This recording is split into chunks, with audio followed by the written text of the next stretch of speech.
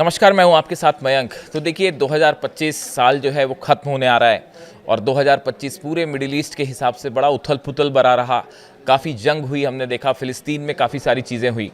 इसी बीच देखिए कल एक बड़ी इंटरेस्टिंग चीज़ हुई। मैं अपने न्यूज़ रूम में था तो मुझसे किसी ने एक सवाल पूछा। मुझसे किसी ने पूछा कि मयंक जी एक बात बताइए, 2025 में अगर आपको एक कोई शख्स को चुनना हो, एक पर्सनालिटी चुनना हो जिसे आप पर्सन ऑफ द ईयर कहें, तो वो कौन होगा? या अगर आप किसी को नोबेल प्राइज़ देना चाहें वाकई, तो आपको क्या लगता है 2025 में वो कौन शख्स होगा जिसे नोबेल प्राइज़ दिया जाना चाहिए? इस तरह का सवाल मुझसे किसी ने किया। तो देखिए जब उन्होंने ये सवाल पूछा, जैसे ही उन्होंने मुझसे ये सवाल पूछा, मेरे जहन में सिर्फ और सिर्फ एक नाम था, ईरान के सुप्रीम लीडर अली खामेनेई साहब। हालांकि मैंने उनको ये बताया कि देखो ऐसा है कि नोबेल प्राइज़ जो है वो अली खामेनेई जी के लिए बहुत ही छोटी चीज़ है। अली खामेनेई जो है ईरान के सुप्रीम लीडर, उनको किसी नोबेल प्राइज़ की ज़रूरत नहीं है। वो एक ऐसे शख्स हैं जो इन सब चीज़ों से बहुत ज़्यादा महान है, बहुत ज़्यादा ऊपर है। वो कोई सिर्फ एक पॉलिटिशियन नहीं है, वो एक सुप्रीम लीडर है जिनको करोड़ों लोग पसंद करते हैं। खैर, मैंने उनसे ये बात कही कि देखो भाई, अगर मुझे ही ये चुनने के लिए आप कहें कि किसी एक शख्स की बात कीजिए जो 2025 की सबसे बेहतरीन शख्सियत या जिनका सबसे ज़्यादा प्रभाव रहा या जो सबसे ज़्यादा प्रभावशाली रहे, तो मैं चुनना चाहूँगा ईरान के सुप्रीम लीडर अली खामेनेई साहब को। उन्होंने मुझसे पूछा कि ऐसा क्यों कह रहे हो आप, इसकी क्या वजह है? पूरी दुनिया तो ये चर्चा कर रही थी कि डोनाल्ड ट्रंप को नोबेल प्राइज़ मिलेगा, नहीं मिलेगा। तो उन्होंने इस तरह की बात की तो मैंने उनको 8 वजह बताई। मैं वही वजह आपके सामने भी रखना चाहता हूं कि क्यों 2025 की सबसे बेहतरीन शख्सियत जो है वो मैं अली खामेनेई साहब को कह रहा हूं। और सिर्फ 2025 की बात ही नहीं है, जितने समय से अली खामेनेई साहब का शासन है ईरान में, वो एक हिस्टोरिकल पर्सन है। मतलब उनके लिए कोई सिर्फ 2025 की बात नहीं है, पूरी उनकी लाइफ स्पैन जो है वो पूरी ह्यूमैनिटी के लिए एक संदेश है। लेकिन फिर भी चूंकि सवाल ऐसा आया कि 2025 की बात कीजिए, इसलिए इस तरह की बात हुई। तो मैंने उनसे कहा कि देखिए मैं आपको 8 वजह बताता हूं कि आखिर क्यों मैं ये कह रहा हूं कि 2025 में सबसे प्रभावशाली अगर कोई रहा तो वो ईरान के सुप्रीम लीडर अली खामेनेई साहब रहे। देखिए पहली वजह, आप अगर गौर से देखें, इस बात को समझने की कोशिश करें कि ईरान जब चाहता तो न्यूक्लियर बॉम्ब बना सकता था, एटम बॉम्ब बना सकता था। देखिए 64% के करीब एनरिच्ड यूरेनियम है उसके पास, और वो जब चाहे 64% से 90% करना बहुत आसान होता है। जब चाहे आप उसको एनरिच करके एटम बॉम्ब बना सकते हैं। लेकिन अली खामेनेई साहब ने हमेशा ये बात कही कि हम कभी वेपन ऑफ मास डिस्ट्रक्शन नहीं बनाएंगे, ये मानवता के खिलाफ है, ये इस्लाम के विरुद्ध है। इस तरह की बात उन्होंने रखी। देखिए कितनी मॉरल लाइन खींच रखी है उन्होंने, कितना मॉरल हाई स्टैंडर्ड्स रखे हैं। और ये सही मायनों में एक शांति का संदेश होता है कि जब आपके पास कैपेबिलिटी है, लेकिन उसके बाद भी उन्होंने कहा कि नहीं, हम जो है वो मानवता के खिलाफ नहीं जाएंगे, हम कोई ऐसा हथियार नहीं बनाएंगे जिससे जो है बड़े लेवल पर लोगों को नुकसान हो सकता है। ये शांति का सच्चा संदेश था, एक महानता है जिसमें उन्होंने साबित किया चाहे जो हालात हों हम अपने प्रिंसिपल्स पे कायम रहेंगे। इसीलिए उन्हें जो है 2025 की शख्सियत का अवार्ड दिया जाना चाहिए, या वो एक बेहतरीन पर्सनालिटी है। दूसरी बड़ी बात, देखिए जब भी ह्यूमैनिटी की बात होगी, मानवता की बात होगी, खासकर अगर हम बीते साल देखें, फिलिस्तीन में जो कुछ हुआ, वहाँ बच्चों के साथ जो कुछ हुआ, वहाँ महिलाओं के साथ जो कुछ हुआ, उनके लिए आवाज़ बुलंद करने वाला अगर कोई एक शख्स है तो वो है ईरान के सुप्रीम लीडर अली खामेनेई साहब।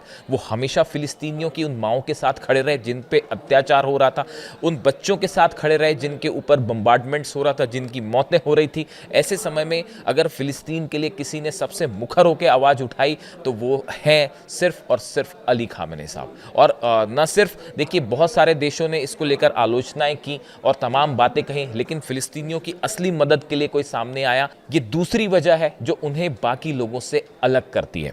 हम तीसरी बात करते हैं। देखिए जो 12 दिन की जंग हुई, जब इजराइल और ईरान की 12 दिन की जंग हुई, इस 12 दिन की जंग में ईरान ने जो हमले किए इजराइल के ऊपर, हमने उनको बड़े माइन्यूटली फॉलो किया। ईरान ने हमेशा ये कोशिश की कि ये जो हमले हैं ये मिलिट्री इंस्टॉलेशंस पे हों, आम लोगों के ऊपर, इजराइल के आम नागरिकों के ऊपर हमले ना हो। ये देखिए, ये बहुत बड़ा मॉरल स्टैंडर्ड सेट किया ईरान ने जो अपनी मिसाइल्स दागी। आप देखिए, शुरुआती दौर में तमाम तरह की खबरें आई और इजराइल की तरफ से जो हमले हुए तेहरान में, वो रेसिडेंशियल इलाके पे हुए, रेसिडेंशियल बिल्डिंग्स पे हुए, आम लोग तेहरान में मारे गए। लेकिन उसके बावजूद ईरान ने कोशिश की कि ऐसी जगह मिसाइल्स हिट की जाएं जो मिलिट्री इंस्टॉलेशंस है। जंग ईरान और इजराइल की मिलिट्री के बीच थी, आम जनता के बीच नहीं थी। देखिए, इसीलिए एक बड़ी लाइन खींची, एक बड़ा हाई स्टैंडर्ड सेट किया ईरान ने और नुकसान पहुंचाया इजराइल की मिलिट्री को, ना कि आम इंसानों को। आखिरी के दिनों में जो मिसाइल फायर हुई, वो जब इजराइल की तरफ से रेसिडेंशियल इलाकों में हमले हुए, उसका जवाब फिर ईरान ने दिया। लेकिन ईरान की तरफ से पूरी कोशिश होती रही कि हमेशा हमले मिलिट्री इंस्टॉलेशंस पे हों, आम नागरिकों को नुकसान ना पहुंचाया जाए। ये एक बहुत बड़ा मॉरल स्टैंडर्ड था। देखिए, चौथी बड़ी वजह जो अली खामेनी साहब को बाकी दूसरे लोगों से अलग करती है और उन्हें एक बेहतरीन शख्सियत बनाती है, और वो है उनका लाइफ स्टाइल। देखिए, अगर कोई भी देश का हेड होता है, आप देखिए प्रमुख होगा देश का, आप तमाम अरेबियन देश हैं, बाकी की भी मिडिल ईस्ट की कंट्रीज़ हैं, आप देखें जो देश के राष्ट्राध्यक्ष होते हैं, वो एक बड़ी लाइफ स्टाइल उनकी इस तरह से होती है कि महंगी कारें होती हैं, आलीशान बंगले होते हैं। लेकिन आप ईरान के सुप्रीम लीडर को देखिए, वो बेहद साधारण घर में रहते हैं, बेहद साधारण वो वस्त्र पहनते हैं, कपड़े पहनते हैं। और कई बार तो उनकी जो तस्वीरें आती हैं, देखिए आप उनके, मैंने पहले भी एक वीडियो बनाया था कि उन्होंने जो कपड़े पहने हुए थे वो काफ़ी पुराने हो चुके थे। यानी वो हमेशा उन्होंने ये बात कही कि जो ईरान की आम जनता जिस तरह से रहती है, ईरान के आम जनता जो खाना खाती है, मैं भी वही खाना खाऊंगा। जो वहाँ पे लोग, गरीब लोग जिन हालात में रहते हैं, मैं उनकी तरह ही लाइफ जीना चाहता हूं, मैं आम इंसान की तरह रहना चाहता हूं। ये अपने लेवल पे, ये उनकी जो उन्होंने कोई सरकारी खास सुविधाएं भी नहीं ले रखी।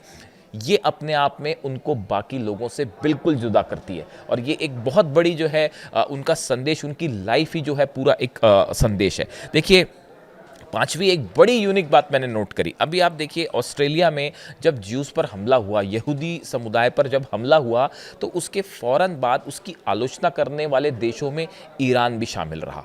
आप देखिए कितना हाई मॉरल स्टैंडर्ड है। ईरान के विदेश मंत्रालय के प्रवक्ता की तरफ से ये बयान आया कि हम इस तरह की मास किलिंग का विरोध करते हैं। जबकि आप देखिए कि एक प्रकार से अगर आप जंग की बात करें तो यहूदियों के बीच में और ईरान के जो लोग हैं, इनके बीच में एक प्रकार की दुश्मनी रही। सरकारों के बीच में तो कम से कम दुश्मनी है ही, लेकिन अली खामेनी साहब ने हमेशा ये बात कही कि देखिए, ठीक है, दुश्मनी है हमारी, तो जंग हम वहाँ की सेना से करेंगे, वहाँ की सरकार से करेंगे, लेकिन आम जनता जो उसमें इन्वॉल्व नहीं है, हम उसकी किलिंग को कभी जस्टिफाई नहीं कर सकते। और ईरान के सुप्रीम लीडर के प्रिंसिपल्स को मानते हुए ईरान ने ये बयान दिया कि हम ऑस्ट्रेलिया में जो ज्यूज़ पर हमला हुआ, मास किलिंग हुई, हम उनके खिलाफ हैं। देखिए कितने हाई मॉरल स्टैंडर्ड सेट किए हैं अली खामेनी साहब ने अपने ईरान में। ये पांचवी बड़ी वजह मुझे लगती है, जिसकी वजह से मुझे लगता है कि 2025 में कोई एक ऐसा शख्स था जिसने सबसे ज़्यादा प्रभाव डाला पूरी दुनिया में, सबसे ज़्यादा प्रभावित किया, तो वह है ईरान के सुप्रीम अली खामेनी साहब। मैं छठी बात बताता हूं। देखिए, बड़ी सारी उनकी स्पीचेस हैं 2025 की। मैं 25 की बात इसलिए कर रहा हूं क्योंकि 2025 खत्म होने वाला है और इसी रेफरेंस में मुझसे सवाल पूछा गया था। हालांकि उनकी बड़ी सारे भाषण हैं, पहले की कई सारी प्रीचिंग्स हैं जो कि बड़ी खास है, लेकिन हम अगर 2025 की बातें करें, मैंने उनकी ऑलमोस्ट हर स्पीच को बड़े गौर से सुना।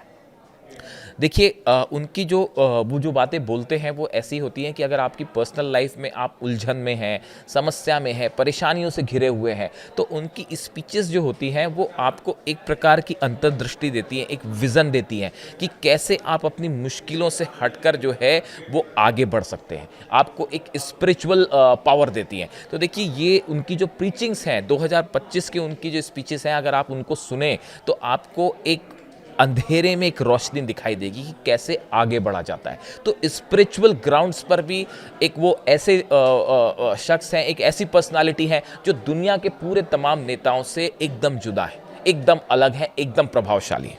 देखिए, इसके अलावा जो है सातवीं एक और बड़ी बात मैं आपको बताना चाहूँगा। चाहे कितने जंग के हालात क्यों ना हो, लेकिन ईरान ने कभी जंग की शुरुआत नहीं की। ये बात हमेशा अली खामेनी साहब ने पूरी दुनिया के सामने रखी कि ईरान कभी जंग की शुरुआत नहीं करता।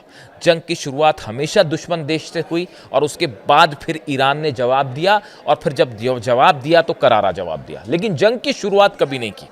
12 दिन की जंग में निसंदेह बिल्कुल निश्चित रूप से ईरान की बड़ी जीत हुई, इसमें कोई शक नहीं है। और देखिए इस सूरत में, लेकिन जंग की शुरुआत ईरान ने नहीं की थी, पहले हमले इजराइल की तरफ से हुए। तो इन हालात में हमेशा ये बात कही जाएगी, जब भी ये बात होती है, कई एक्सपर्ट इस बात को कहते हैं कि देखिए जंग की शुरुआत कभी ईरान ने नहीं की, और ये अली खामेनी साहब का बड़ा निर्देश होता है कि आप खुद जंग की शुरुआत ना करें, आप किसी दूसरे देश की ज़मीन हड़पने ना जाएं, आप किसी दूसरे देश पर कब्जा करने ना जाएं, लेकिन जब आप हमला करेंगे तो फिर करारा जवाब मिलेगा। तो ये भी एक उन्होंने बड़ा हाई मॉरल स्टैंडर्ड सेट किया।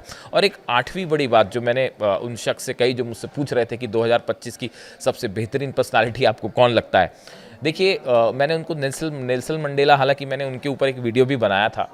नेल्सन मंडेला जो थे, नेल्सन मंडेला ने एक बार जब वो ईरान पहुँचे, तेहरान पहुँचे, और उन्होंने अली खामेनी साहब से मुलाकात की, तो वो जैसे ही उनके सामने आए, अली खामेनी साहब जैसे ही सामने आए नेल्सन मंडेला के, तो नेल्सन मंडेला के मुंह से पहला शब्द निकला, ओ माय सुप्रीम लीडर।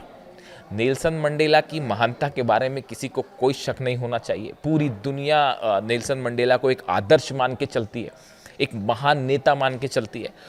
और नेल्सन मंडेला जैसा शख्स जो है, जब अली खामेनी साहब से मिला तो उसके बाद उन्होंने पहली बात अली खामेनी साहब के लिए कही, ओ माय सुप्रीम लीडर। तो जब नेल्सन मंडेला जिस शख्स को, जो नोबेल प्राइज़ विनर जो है नेल्सन मंडेला, वो जब जीवित थे तो उन्होंने अली खामेनी साहब को अपना सुप्रीम लीडर कहा। तो जब एक नोबेल प्राइज़ विनर जो है वो अली खामेनी साहब को ओ माय सुप्रीम लीडर कह रहा है, तो बाकी लोगों की तो बात ही क्या है। तो देखिए ये कुछ ऐसी वजह है जब मुझसे सवाल किया गया कि क्यों आपको कौन लगता है। देखिए अभी सब तरफ जो है ईयर एंडर्स की बात हो रही है, मतलब जब भी जितने न्यूज़ चैनल्स हैं उनमें सब में जो है इस तरह के प्रोग्राम बन रहे हैं कि 2025 में सबसे प्रभावशाली नेता कौन रहा, सबसे शक्तिशाली कौन रहा, इस तरह की तमाम चर्चाएं हो रही हैं। तो इसी बीच मुझसे ये सवाल किया किसी ने, ऑफ द रिकॉर्ड सवाल किया कि भाई जो है आपको कौन लगता है 2025 का एक ऐसा नेता जिसका सबसे ज़्यादा प्रभाव रहा, जिसने सबसे ज़्यादा अपना जो है वो प्रभाव छोड़ा सब लोगों के ऊपर। तो उसमें मेरे जहन में जो एक नाम था वो सिर्फ और सिर्फ था अली खामेनी साहब। और जहाँ तक नोबेल प्राइज़ का सवाल है, ये मेरी व्यक्तिगत सोच है कि नोबेल प्राइज़ जैसा कोई भी प्राइज़ हो वो अली खामेनी साहब के लिए बहुत छोटा है, उनका दर्जा ऐसे किसी भी प्राइज़ से बहुत ऊपर है।